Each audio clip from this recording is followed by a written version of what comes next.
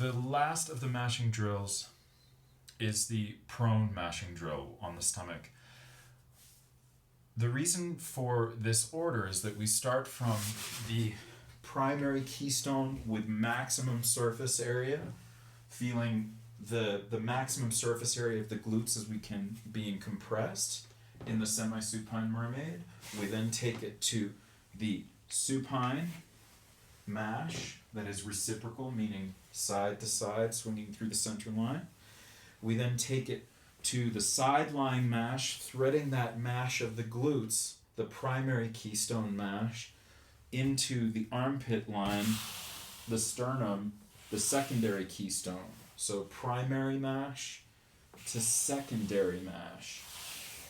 After that feels comfortable on both sides, we then take it to the prone mash.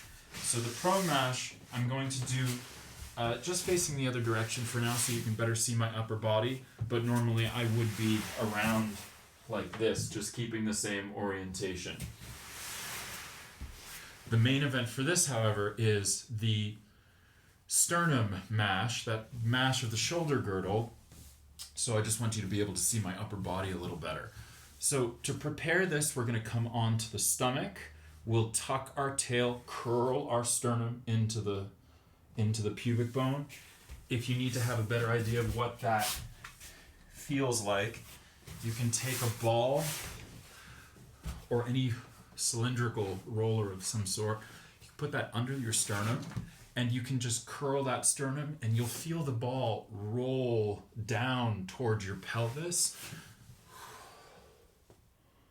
And that's our preparation to make sure that that sternal keystone is connected to the sacral, that the secondary keystone's connected to the primary.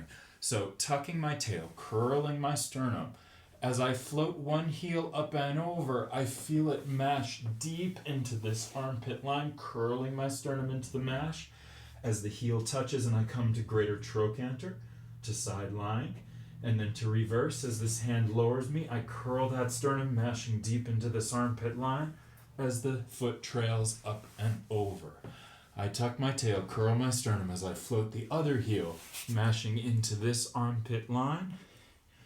And to reverse, the hand glides, keeping that sternal curl to maintain this armpit mash as I come to front body and the leg trails over again. Tucking that tail, curling the sternum as I float the heel to touch all the way to side lying, mashing deep into that armpit line, and reversing. Maintaining that sternal curl as I lower myself to the floor, tucking tail, curling sternum as I float the heel to mash into the armpit line, and reversing, letting the hand glide as I maintain the sternal curl, maintaining that armpit mash, coming through one more set,